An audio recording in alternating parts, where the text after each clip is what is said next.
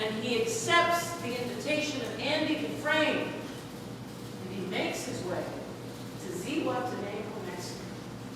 And the triumphant picture of these two men who now have freedom to live their life in a way that they've never led their lives before is absolutely redeeming. Paul's letter to the church in Rome talks about how we transform our lives, how we make a decision to transform our lives by being in the Spirit. There's an expression used by Alcoholics Anonymous that says if you're going to talk the talk, you got to walk the walk. If you're going to talk the talk, you've got to walk the walk. It isn't enough to just say, I believe in Jesus Christ. It isn't enough to say, I am a Christian. If you're going to say the words, you need to walk in the way and walk in the walk of the Spirit. Walk the Spirit walk. When Paul underwent his conversion, all of us think, oh my heavens, that came to him and he was zapped from the outside. Paul had something happen to him that made him convert. Now there are scholars who will absolutely disagree with me and say that I am on the wrong track. But I pull in my mind this picture from the Acts passage where Paul, who was, before he was Paul, he was Saul. And I had this picture in my mind of Saul the Pharisee standing as the stoning of Stephen took place, standing as the official of the religious official overseeing the punishment. Because it was legally appropriate to stone someone who was a blasphemer, who took the name of God in vain. And Stephen was seen as a blasphemer by the religious authorities. And so it was appropriate for all of the righteous people to take stones and throw them at Stephen and kill him. And Saul was the one who stood there with all of the cloaks of all of the righteous people there at his feet, giving his approval to the action.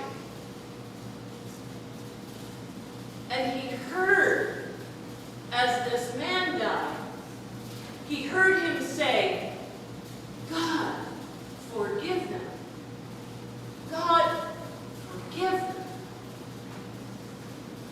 Now, my sense is that no matter how many stonings Saul had officiated at, he'd never heard that before. My guess is he'd never heard anyone say, God, forgive them.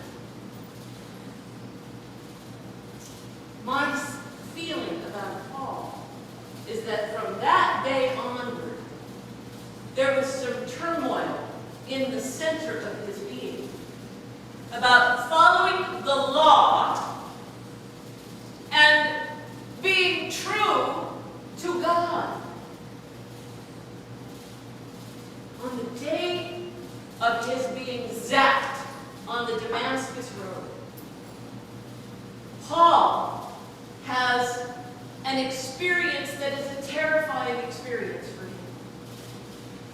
And I preached my sermon that after that terrifying experience, and my sense is there's turmoil all along, and then this terrifying experience, and then he's blind, and then he is redeemed by an ordinary man named Ananias.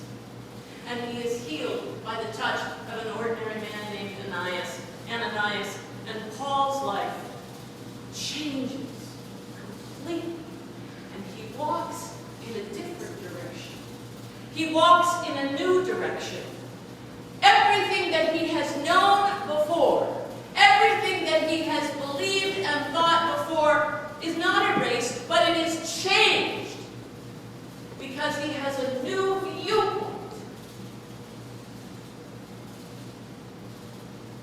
The letter that he writes to the people in the church in Rome is not a letter written to people who are poor and starving.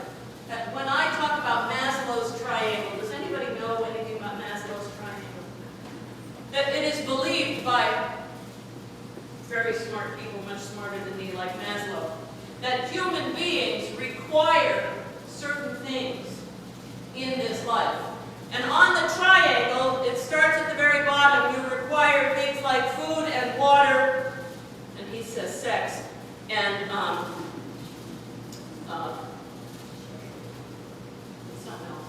Yeah. Oh yeah, I got stuck there.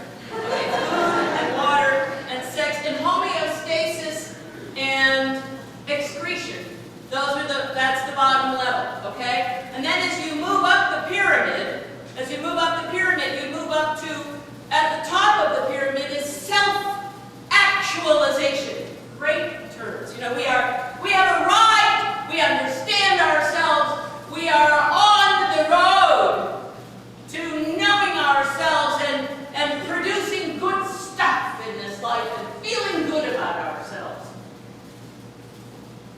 Paul writes his letter to the church in Rome to people who are not starving, to people who are not poor, who are not on that first level requiring food and water and sex and homeostasis and excretion. He is writing a letter to people who are probably at the fourth level, people who are financially comfortable, people who are not in dire straits financially, people who are educated, people who are intelligent, people who live in a very sophisticated city. Rome was a happening place. So when Paul writes this letter to the church at Rome, it's as if he's writing a letter to the church at Palm Springs. These are people who are smart, who are not poverty-stricken, people who are educated, people who live their lives fairly comfortably, people who understand the notion of freedom in their lives, people who aren't too worried, people who feel secure. It is to those people that he says, you must let Jesus Christ transform your life. You can't live a self-indulgent, self-idolizing life. You can't live a self-centered life. It can't be about you and what you want for you. You must be people of transformation. And this, I know this is hard. Churches cannot be communities that just sit and be comfortable. We here in Palm Springs are comfortable. Now we need to move to transforming. We need to move ourselves to be a community of faith that has the guts to transform the world around us. We need to have the guts to say how it needs to be, not how it is. So I invite you to be the people who don't just talk the talk, but be the people who walk the walk and who have the guts and the gumption and the courage to make changes in this world, to say how things need to be, and not slip back or go back or just sit in that place of doing what it is you're used to doing.